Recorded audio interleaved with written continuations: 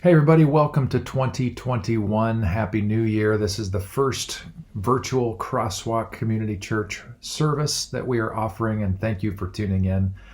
We've got a good one for you. Got some songs that we're going to enjoy, and then a meditation that's going to include communion. So you need to go right now, or as soon as the song starts, or pause, or whatever, and go get a cracker and some kind of beverage. It doesn't need to be grape juice or an actual cracker. It can be a Christmas cookie. It can be eggnog. I don't care. That's not the point. But go grab that so we can do that together to kick our new year off. Okay, let's get right to it.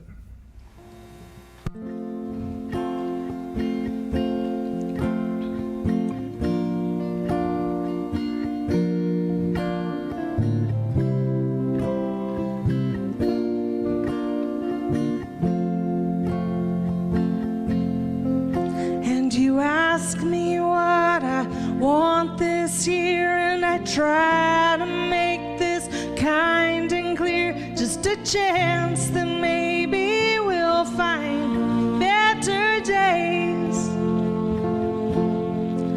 'Cause I don't need boxes wrapped in string and desire and love and empty things, just a chance that maybe we'll find better days.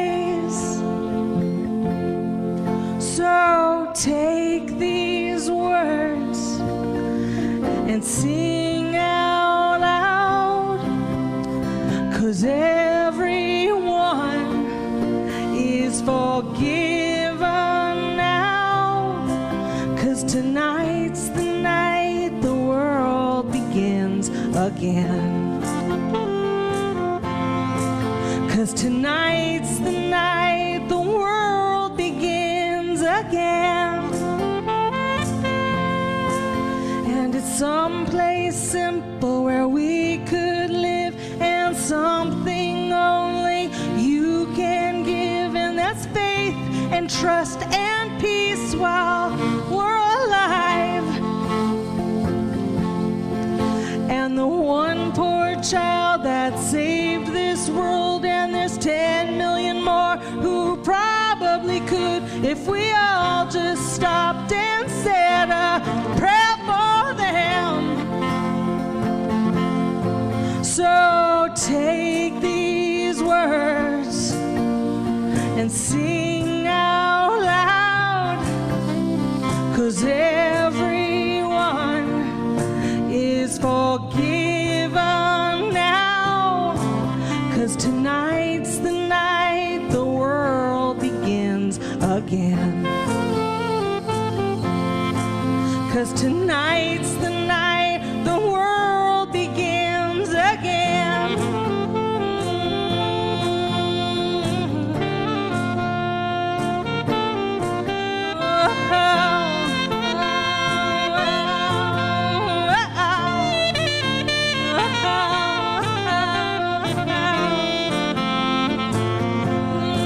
I wish everyone was loved tonight and somehow stop this endless fight. Just a chance that maybe we'll find better days. So take these words and sing out loud, 'cause everyone is forgiven now. 'Cause tonight's the night the world begins again. 'Cause tonight's the night the world begins again.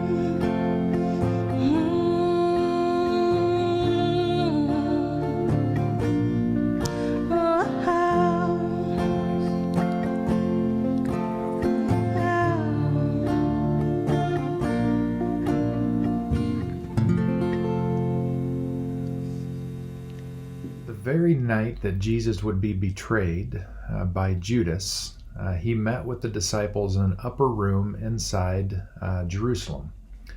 And it's there that he instituted what we call the Lord's Supper, or communion.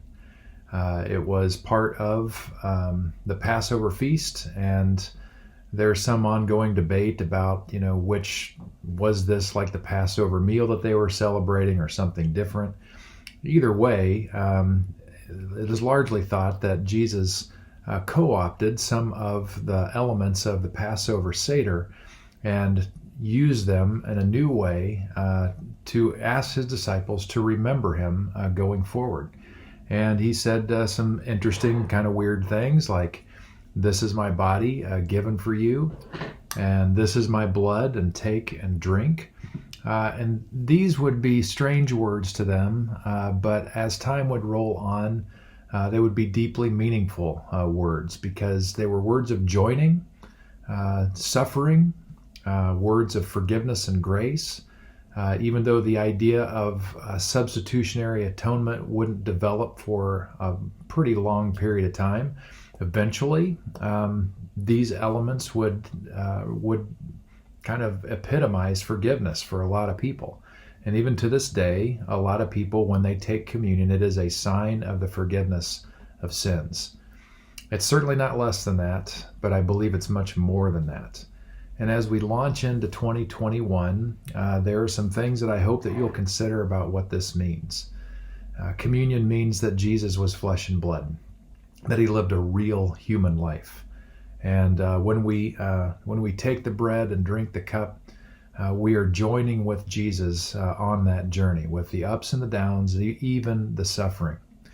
When we hear that crunch and crunch this cracker up in our mouths and feel it go down our throat, we're remembering broken bread, and we're remembering a broken body. And it is a sobering reminder that the way of Jesus, even though it is a way of peace, does not mean it is devoid of suffering at times. In fact, that's part of the call to following Jesus. When he said, "Pick up your cross and follow me," that wasn't pick up a cross necklace and put it around your neck.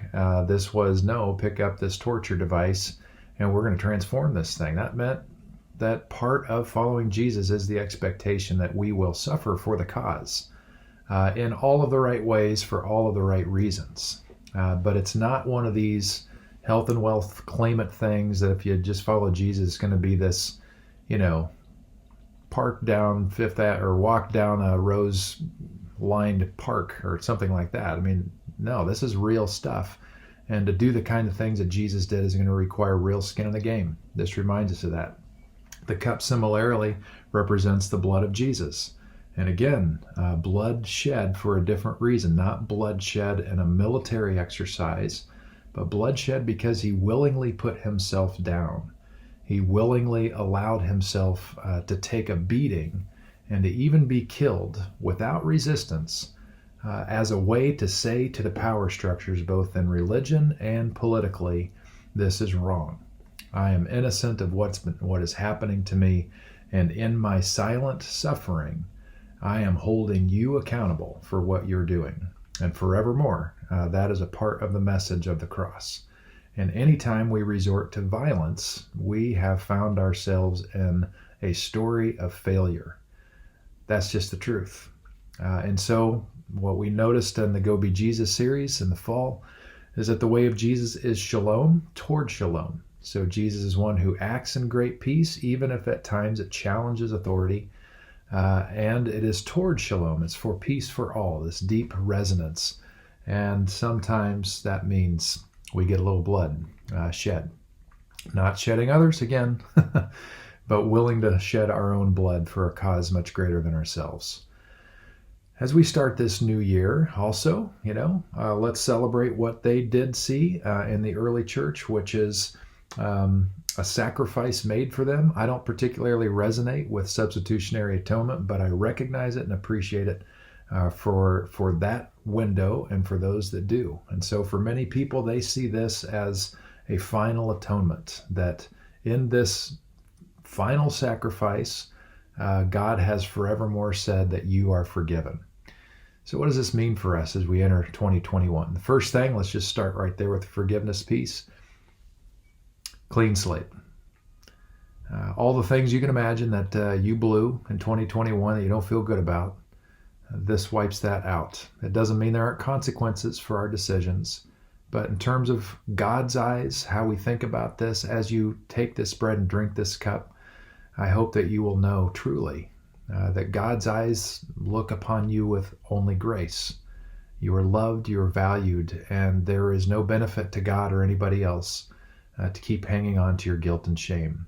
So I hope you will know that you are forgiven by God as you move into 2021. And as you and I move into 2021, particularly if you are a Jesus follower, I hope you'll take this seriously and with sobriety, because we don't know what 2021 is going to bring. Certainly hopeful it's better than 2020, but I am sure that the kingdom of God and those who choose to live in it and bring it about in the world, I'm sure they are going to be invited to do something beyond themselves that's going to cost them in some way. And this is a symbol of saying, yes, I'm willing to do my part, even at personal cost, for the sake of others, for the sake of God, for the sake of bringing in shalom into the world. It's worth it. That might be a sacrifice of your time. It might be a sacrifice of your money. It might be a sacrifice of your physical labor. It might be a sacrifice of your mental properties. It might be a sacrifice of stress, because the emotional strain it might put on you. I don't know what that means for you, but it could mean all those things. And so we see forgiveness of sin, and we see a way forward, which is a way of sacrifice. So if you'll take your cracker, all that this means, a broken body for us and a broken body to guide us. Take and eat.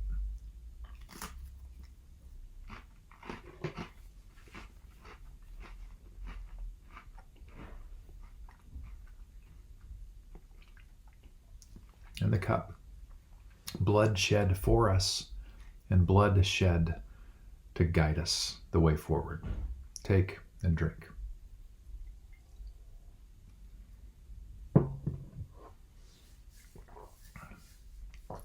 May you know you are loved. May you know you are forgiven. May you know you are guided forward. Amen.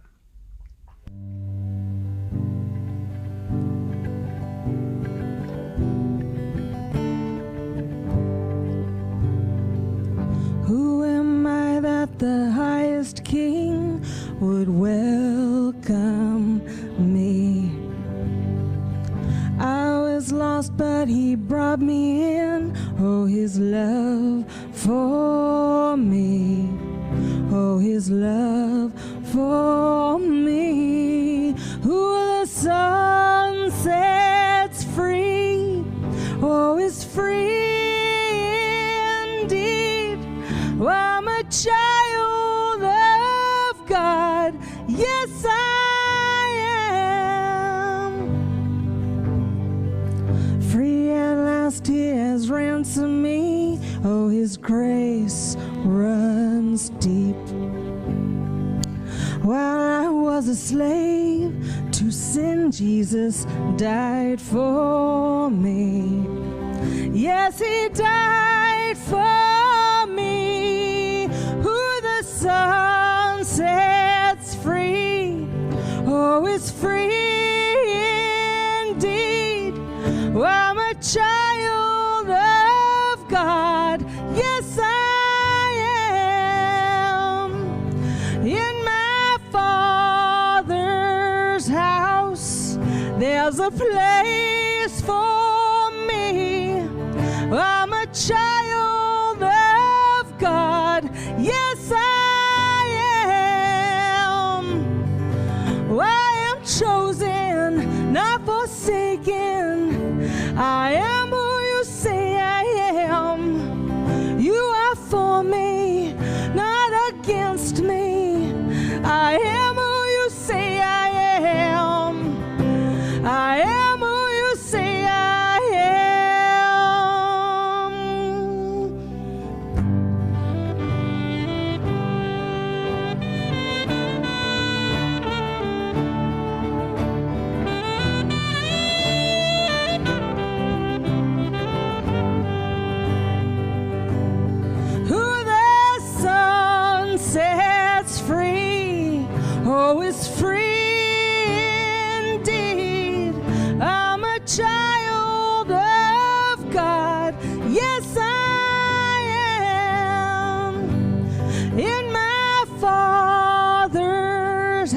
house, there's a place for me.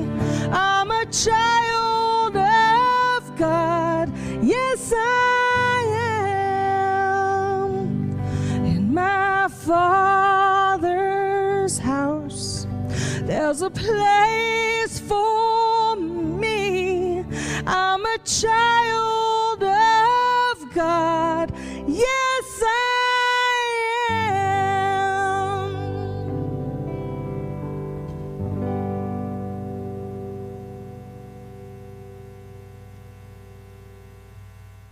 Today I want to begin a new series. I actually had intended to offer this while I was on sabbatical. I was away, which was supposed to be last summer. I'm not sure when that's going to happen. We'll wait until it makes sense. But I think this is the right time to do this. I've been toying around with a lot of ideas about how to kick off the new year, knowing it's still virtual land, and also something that's relevant. And here's what I know, and I've known this for years, but it's just been affirmed more and more as I've been meeting with mental health providers in Napa through this COVID crisis, is that it is a well-known fact that after the holidays are over, there is an uptick in the need for therapy. I'm not exactly sure what that says about our relationships, but what it does say is that sometimes holidays bring about stress because we're closer together than ever, and certainly 2020 gave us plenty to be stressed about. So the series I want to do is a really important thing for us as human beings, for us in relationship with others. It is a series on forgiveness. We're going to spend 5 weeks on forgiveness. And I offered a similar series to this using this format with Richard Rohr back in May into June. The format's this. You're going to hear a talk for 12 to 15 minutes from somebody who knows what they're talking about and the issue of forgiveness. This person is Barbara Cawthorn Crafton is her name. She's an author, pastor, had a background in theater, and sometimes that comes out in her delivery, which I really appreciate. So she's talking to a mixed audience about issues on forgiveness. And then as soon as she's done talking, there's a conversation about it. And the reason I want the conversation in there is because it invites you into the group. You get to hear insights from other people. I think you're going to resonate with some of the people in the group because they may be asking questions that you would ask. And I think it's a really healthy way to go forward. It's like you're in a small group for this series. And then, of course, if you want to join me midweek for my Praxis group, Praxis is a fancy way of saying that we're trying to figure out what it means to live our lives theologically informed. That's basically what Praxis is talking about. Thoughtful action is what that word actually means, a reflective action. Action based on reflection is what I'm getting at. So if you want to take that deeper with me during the week and others, and I invite you to do that. Also in my blog that I have each week, there are process questions about all this stuff. So I hope that you'll take advantage of all those resources to help guide you through this very deep, complex, yet very important subject that we're going to look at all through January on forgiveness. Enjoy.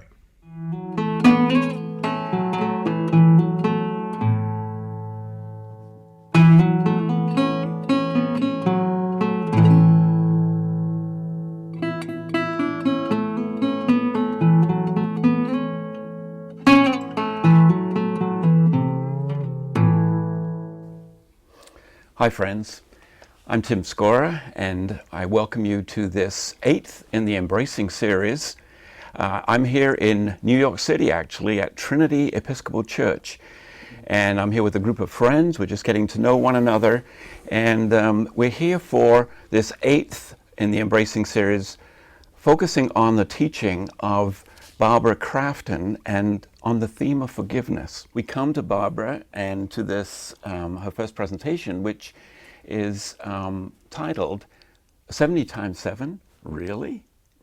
And so Barbara, over to you. Thank you. It's so nice to be with all of you. I didn't know who was going to come to this. I know, people could sign up, and I was just so glad when I heard who it was. So 70 times 7, which comes from, you remember that Peter who sort of specialized in saying dumb things to Jesus, so that Jesus could correct him, I guess. As far as the gospel writers were concerned, Peter's the kind of straight man to Jesus. And this time, he wants to know, how many times must I forgive my brother if he offends me? 7, he hopes. But no, it's not 7, it's 70 times 7, which is 490. Which is, I think, bad news for Peter and bad news, unwelcome news for us, because I don't know that we could do 7. I think we have a hard time sometimes with 1, forgiving 1 time. Talking about forgiveness is probably the retreat topic that people most want me to talk about, and I assume that that's because they are like Peter. He asked Jesus that because he must have been having some issue about forgiveness, and everybody has something about that. There's somebody who did something terrible that you can't get past. Or maybe you did something that you can't forgive yourself for, or someone else can't forgive you. So it's I think a kind of a universal problem. So let's think about what Jesus says. He has this huge job for us of forgiveness, and we, knowing ourselves, know that we can't really do it, can't live up to it.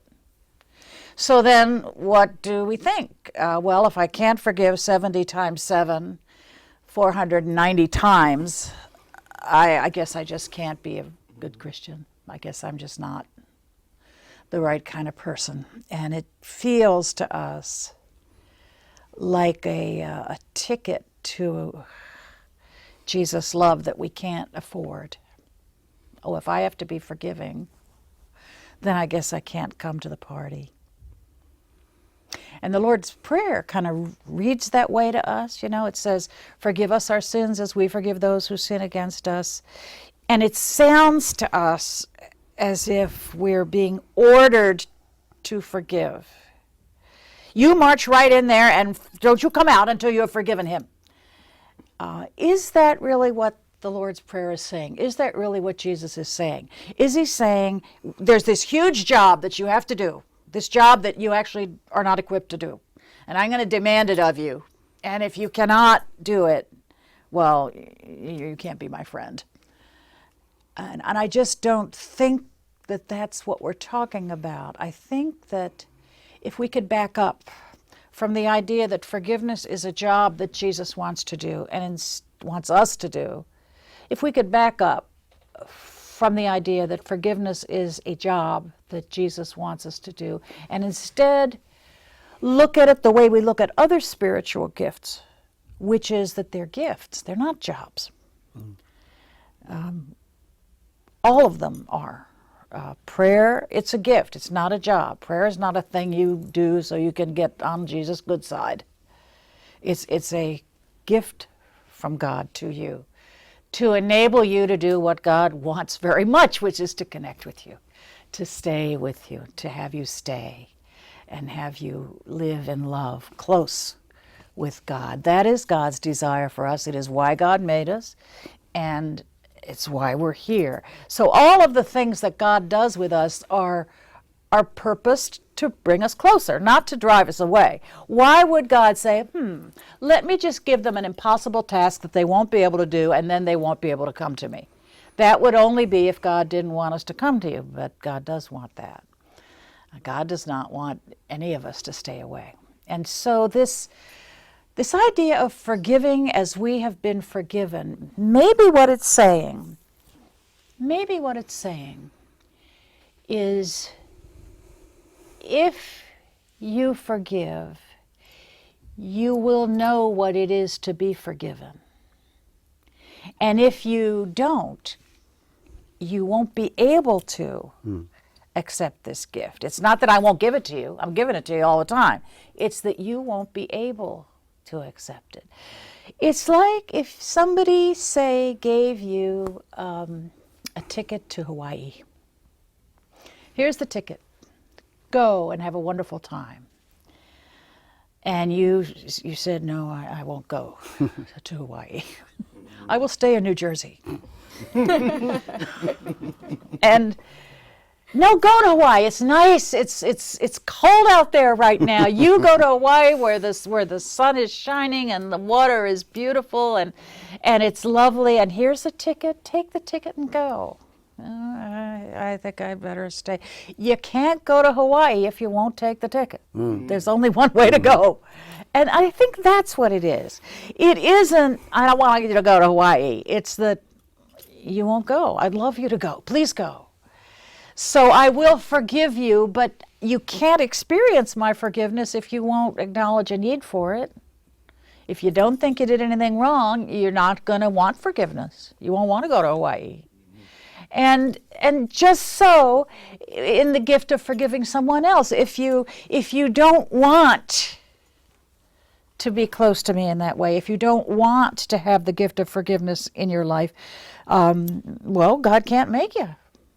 Can't make you want something you don't want. So, no thanks. I'd rather be angry and estranged.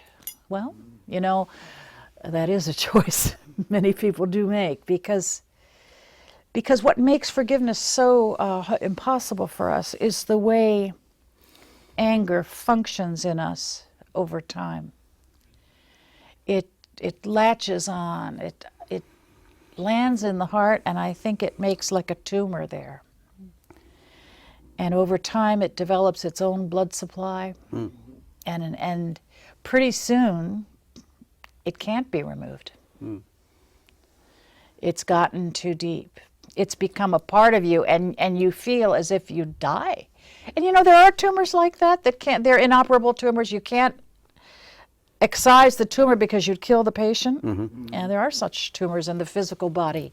And I think that that anger and the holding of a grudge and lack of forgiveness is a tumor. It's a growth in the spiritual body that you can, maybe when it was small, maybe if right at the time you could have said, okay, yeah, I forgive you, but you didn't.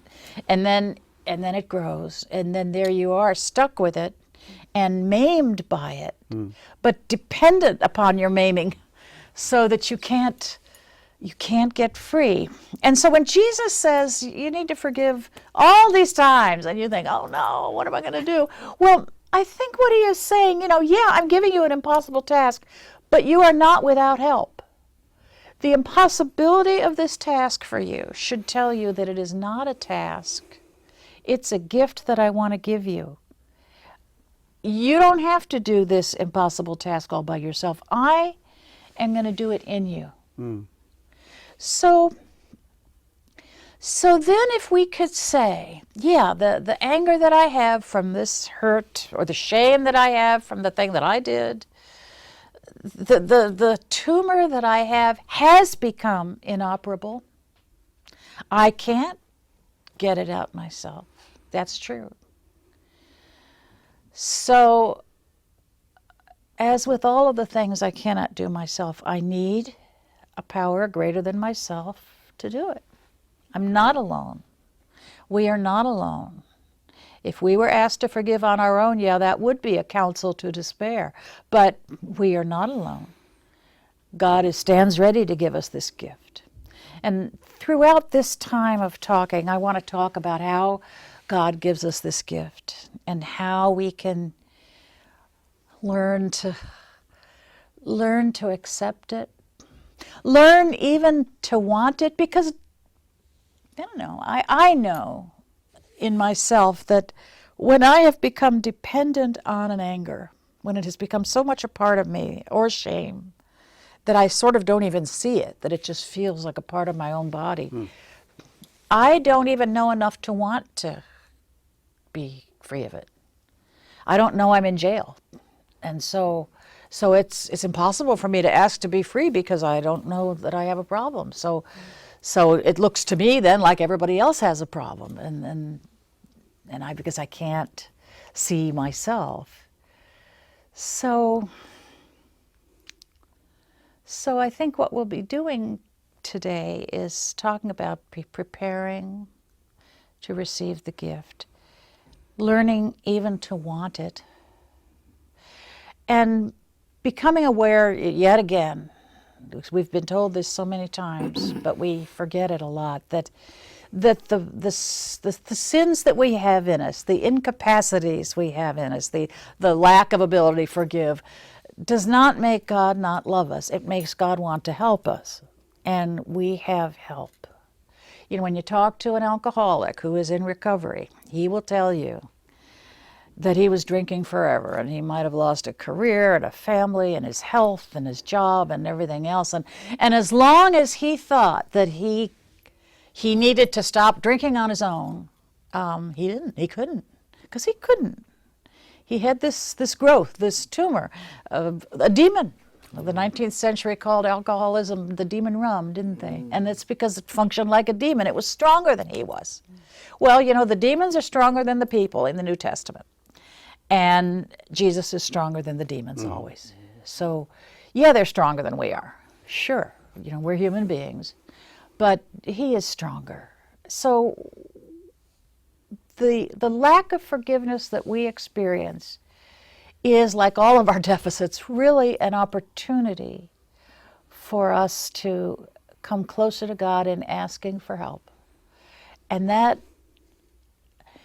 it makes us better than we were. And that's paradoxical. You mean this thing that I had, this sin of mine that I couldn't forgive or wouldn't forgive, or that I could not get free from my own shame, that bad thing was a means of grace?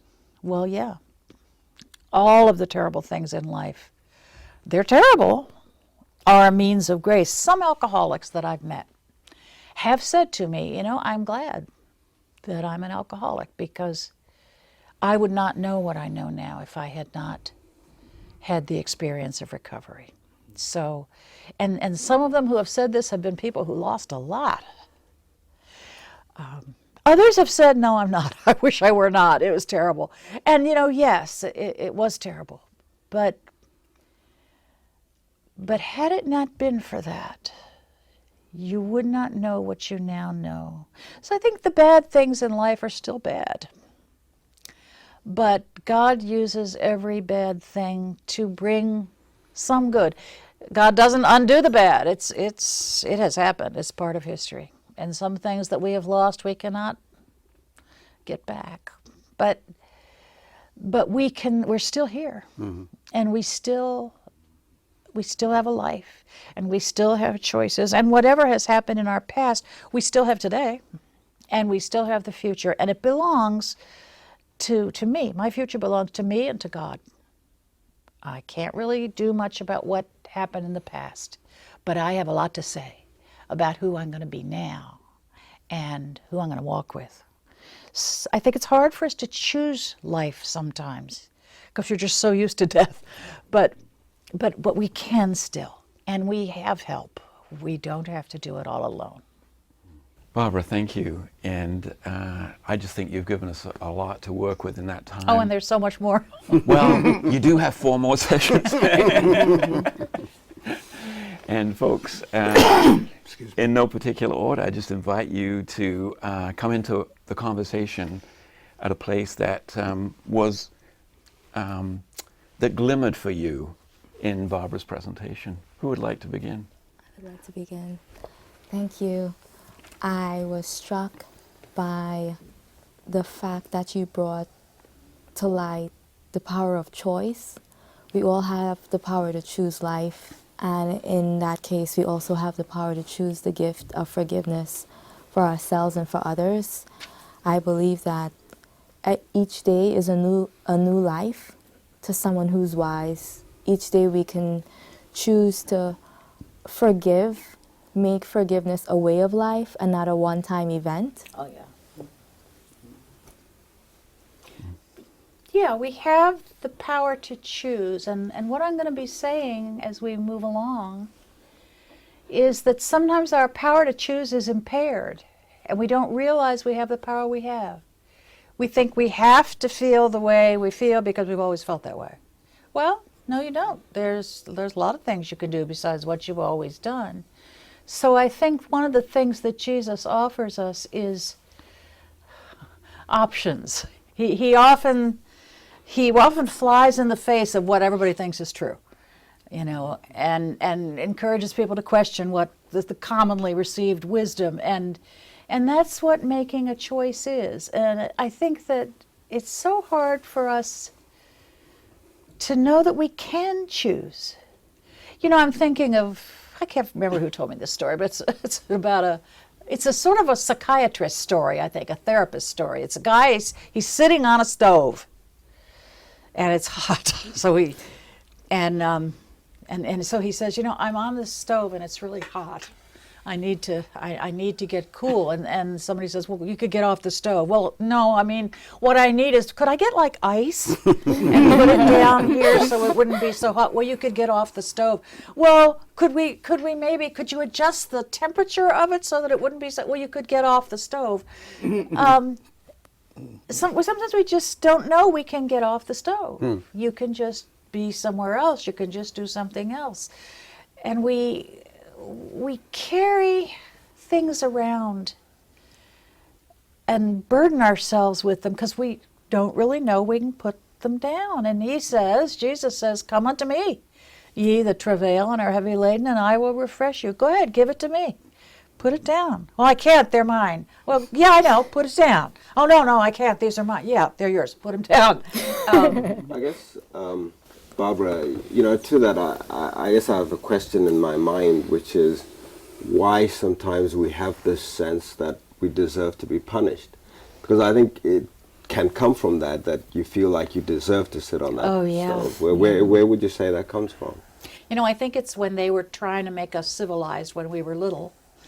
They told us that if you are good, good things will happen to you, and if you are bad, bad things will happen to you. And so then when bad things happen, you think you caused it from that teaching when you were little. And it's, you know, nobody over 5 really believes it in their intellects, but I think in our hearts that message sticks. So they were trying to make us behave, and the scheme of reward and punishment was something that worked. And but I'm not sure it works as well in adulthood, and it makes us cling to the idea that we deserve not to be forgiven. And it works the other way too, that the person who has offended us deserves not to be forgiven, does not deserve our forgiveness. But again, I don't think that anybody deserves forgiveness. It's a gift. But we're so into, do you deserve it or don't you? Did you earn it or not? Or are you going to get the reward or not? And I suspect that is really not the way God works. But I think we think it is. But I think we're mistaken, and it's a thing we need to grow out of. But it's because we were taught it at a very young age by people we love and respect, who were just trying to help us not be horrible and misbehave and make life crazy for everybody. We absorb that lesson and maybe too well and can't now allow it to grow and change in us as adults. Do we buy the notion that we can be perfect? I think we buy, the notion that we ought to be and take ourselves to task because we're not. And we think that if we ever acknowledge the capacity for imperfection, that we'll just goof off and become lazy and won't even try. But there are reasons to struggle for goodness besides getting an A in it. There are a lot of good reasons. Love provides a reason that the competition of perfection never gives you. I wanted to, Barbara, bring up what for me seems a deep conflict, really, that bears on here, which is the opposing value to forgiveness, of justice. I think that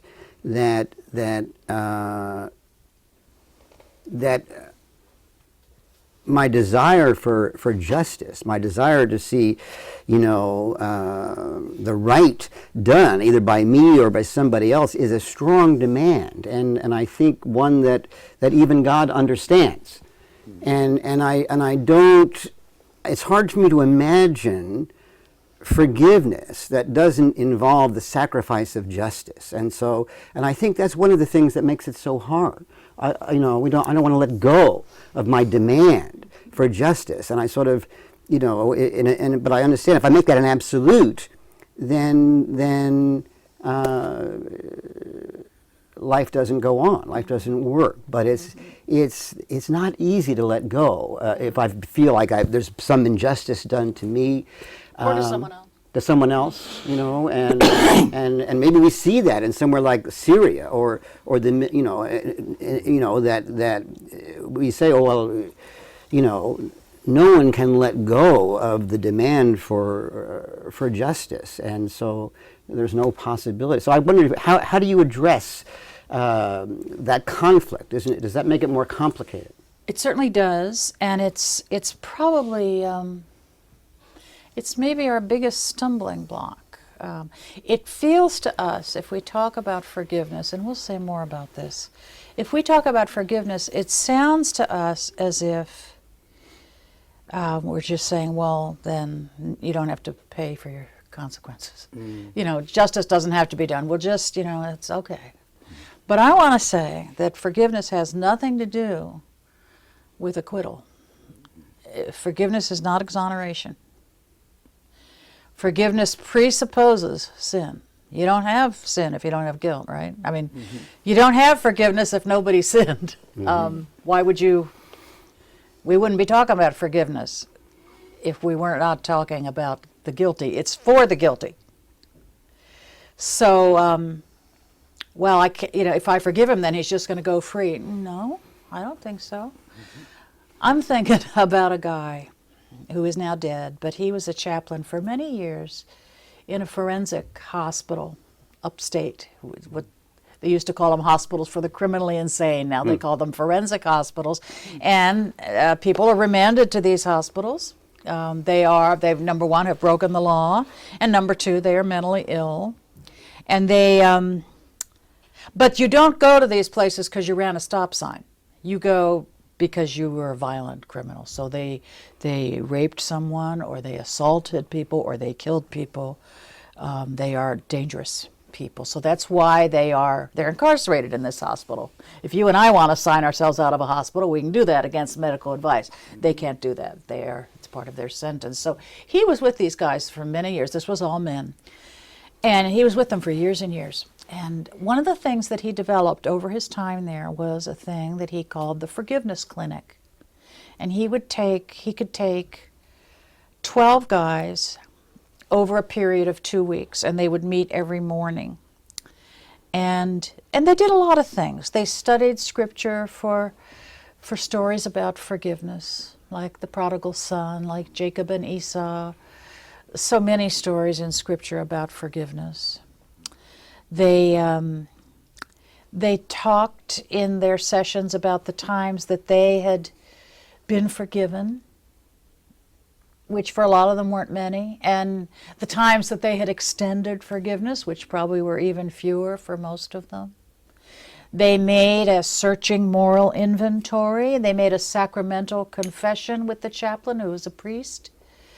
And so they did a lot of things around forgiveness over those 2 weeks in the mornings, 12 guys. And at the end, they had a kind of a graduation and received a certificate that said God had forgiven all their sins. Now, remember that these people weren't thinking straight. They were mentally ill, and so it was important to let them know that although God had forgiven their sins, the state of New York was not finished with them yet, and they were not now free to go. They had to continue paying their debt to society. There are many cases in which society cannot afford to let things go on as they are. Society cannot let things go. But that's different from saying that we do not forgive. Yes, I forgive you, and you still have to be off the street, because we are not safe if you are on the street. And so I make a division between God's capacity to forgive and our capacity to forgive as a gift from God, and the workings of justice that must play out. Society has a duty to make justice as present in its midst as it can be. And that we forgive does not absolve us of that duty. It's part of life together. So we often think when you say I forgive you, I'm saying that's okay. No. Okay has nothing to do with forgiveness. You don't forgive things that are okay. You don't have to, they're okay. But forgiveness is, what it does is admit the person you are forgiving, or maybe you, back into the human race. But maybe as a member of the human race, you may still have a debt to pay. And we all pretty much have to pay our own debts. We pretty much have to pay for what we take in the world. I have a question, if I might. I just found that when things turned around for me, I knew that God would forgive me. I knew this. What I found was the hardest thing to do was to forgive myself. Yeah. And for a The long time. universal perpetrator, the self. Yeah. I eventually, as time goes on, you can let it go. But everybody forgave me. Right. But So you were the last man standing on the forgiveness chain. Yeah. Everybody Yeah. was okay with you but you. Yeah. Yeah. Took a long time. And but once you do it, and you can forgive yourself, you can forgive all the things that you did or that have been done to you. It's like dropping this big weight. Well, it frees up a lot of space here that you can use for something else. I think about it often, about forgiveness and anger and actually that tumor that you talk about. And what gets me is knowing intellectually that it's forgiveness will free you up. Forgiveness will let you see and experience the world and God better. Challenge is knowing that and working on that. And doing that. And And allowing to- that. and to allowing that to happen. We want the prison we're in. This experiment about the rat? It's a depression experiment. He's in a cage. And what is it? He's in a cage, and he's in the cage, and he's in the cage, and he's in the cage, and then they leave the door open, but he stays in the cage because he's in the cage.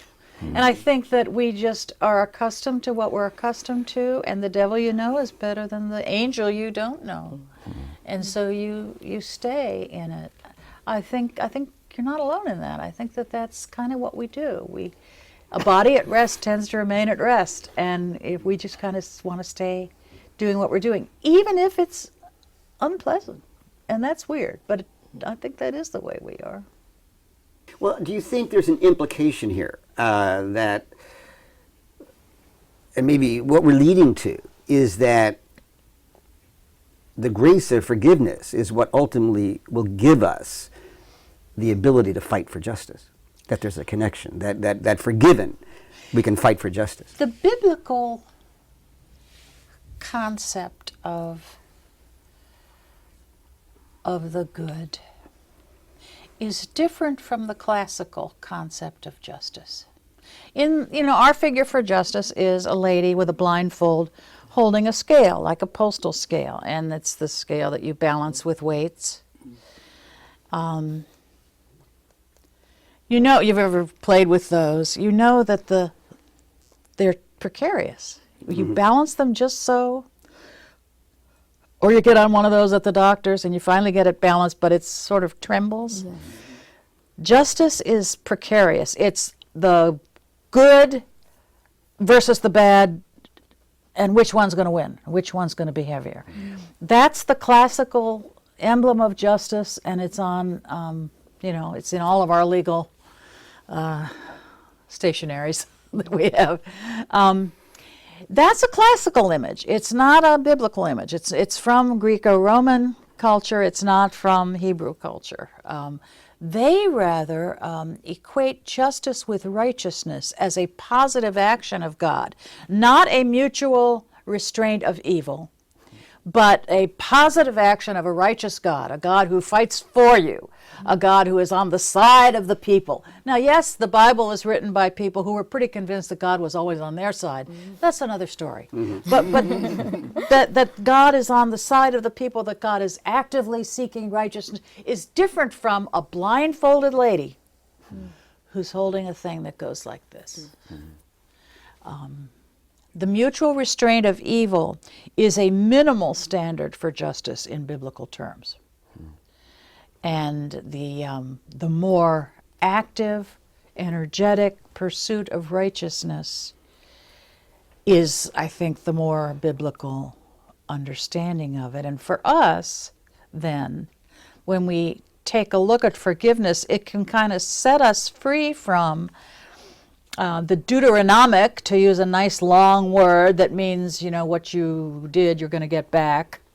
You're going to get punished for what you did. That's sort of, an eye for an eye and a tooth for a tooth. That's what justice is.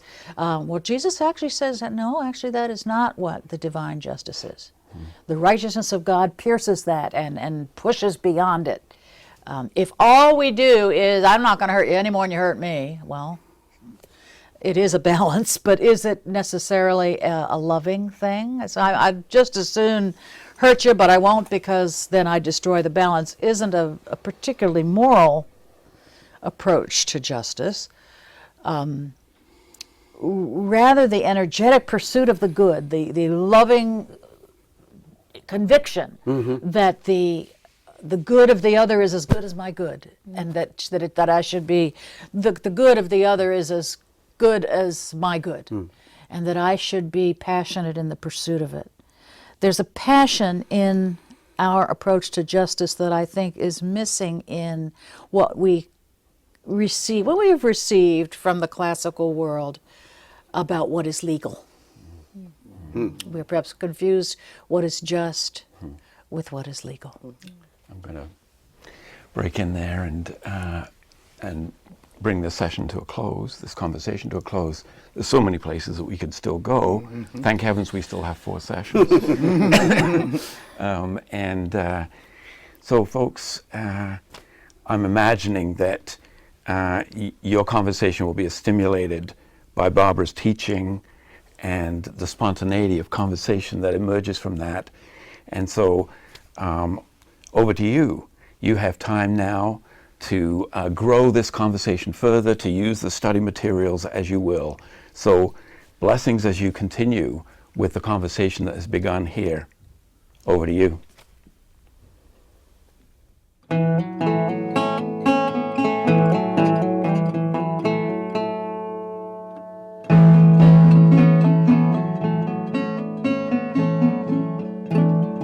hope you found that insightful. I hope it bothered you some. I hope it also gave you hope. And as we move forward in this series, which, could be triggering and kind of delicate because the forgiveness issues are often rooted in painful issues. I hope you'll choose to trust the grace of God as we go through this together. Part of trusting God is to say it out loud and to recommit ourselves regularly to the way of Jesus and the Christian tradition. The way we do that, at least one way we do that, is to utter the Lord's Prayer. So let's end our service together with that. Our Father, who art in heaven, hallowed be thy name. Thy kingdom come, thy will be done, on earth as it is in heaven. Give us this day our daily bread, and forgive us our trespasses, as we forgive those who trespass against us. And lead us not into temptation, but deliver us from evil. For thine is the kingdom, and the power, and the glory forever. Amen. Have a great week.